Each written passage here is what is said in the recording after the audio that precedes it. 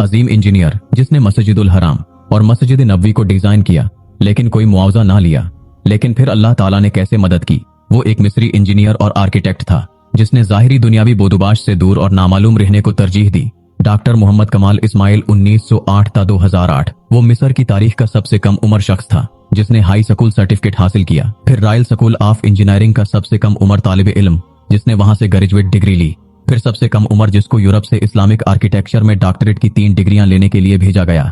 उसके अलावा वो सबसे कम उम्र नौजवान था जिसने बादशाह से नाइल, सकारिफ और आयरन का खिताब हासिल किया। वो पहला इंजीनियर था जिसने हरमैन शरीफैन के तौसियाई मंसूबे की तामीर और अमल दरामद के लिए इख्तियारात संभाले। उसने शाह फहद और बिन लादन कंपनी के बार बार इसरार के बावजूद इंजीनियरिंग डिजाइन और आर्किटेक्चरल निगरानी के लिए किसी किस्म का मुआवजा लेने से इनकार कर दिया और कहा कि मैं 2 मुकद्दस मसाजिद के कामों के लिए क्यों मुआवजा लूं और कयामत के दिन अल्लाह ताला का कैसे सामना करूंगा।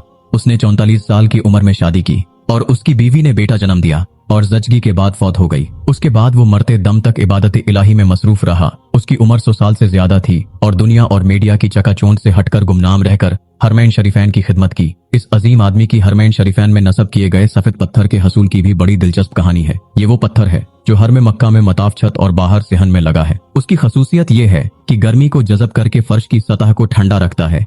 ये पत्थर एक मुल्क गरीस में एक छोटे से पहाड़ में दस्तयाब था। वो सफर करके गरीस गए और हरम के लिए काफी मिकदार में तकरीबन आधा पहाड़ खरीदने का मुआहिदा किया। मुआहिदा पर दस्तखत करके वो वापस मक्का लौटे और सफेद पत्थर स्टॉक में आ गया और मक्का हरम में पत्थर की तंसीब मुकम्मल कराई। 15 साल बाद सऊदी हुकूमत ने उसी ही पत्थर मस्जिद नबवी में भी नस्ब करने को कहा। इंजीनियर मोहम्मद कमाल को जब बादशाह ने मस्जिद नबवी में वैसा ही मार्बल लगाने को कहा तो वो बहुत परेशान हुआ, क्योंकि कुरह अर्ज पर वाहिद जगह गरीस ही थी जहां ये पत्थर दस्तयाब था, जो कि आधा पहाड़ तो वो पहले ही खरीद चुके थे। इंजीनियर मोहम्मद कमाल बताते हैं कि वो गरीस में उसी कंपनी के चीफ एग्जीक्यूटिव के पास गए, उसे मिले और मार्बल की बकाया मिकदार जो बच गई थी उसके बारे में पूछा तो चीफ एग्जीक्यूटिव ने बताया, वो मार्बल तो हमने आपके जाने के बाद बेच दिया था, अब तो 15 साल हो गए हैं। कमाल बहुत अफसरदा हुआ और मीटिंग छोड़कर जाने लगा तो ऑफिस सेक्रेटरी से मिला और गुजारिश की कि मुझे उस शख्स का अता पता बताओ जिसने बकिया तमाम मार्बल की मिकदार खरीदी। तो उसने कहा, पुराना रिकॉर्ड तलाश करना बहुत मुश्किल है,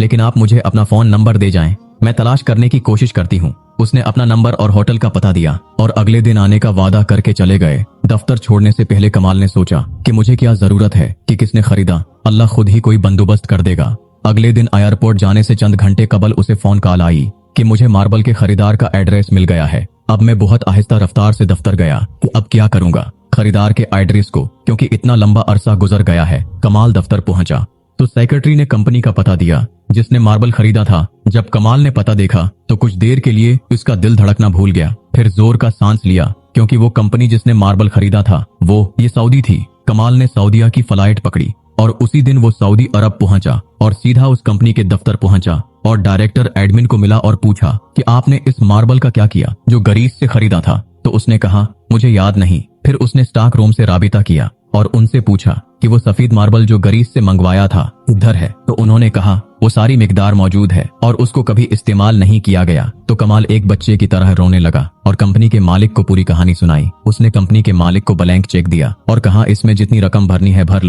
लो और मार्बल की तमाम मिकदार मेरे हवाले कर दो। जब कंपनी के मालिक को पता चला कि ये तमाम मार्बल मस्जिद नबवी में इस्तेमाल होना है तो उसने कहा, मैं 1 रियाल भी नहीं लूंगा, अल्लाह ने ये मार्बल मुझसे खरीद कराया और फिर मैं भूल गया। इसका मतलब यही था कि ये मार्बल मस्जिद नबवी में इस्तेमाल होना है।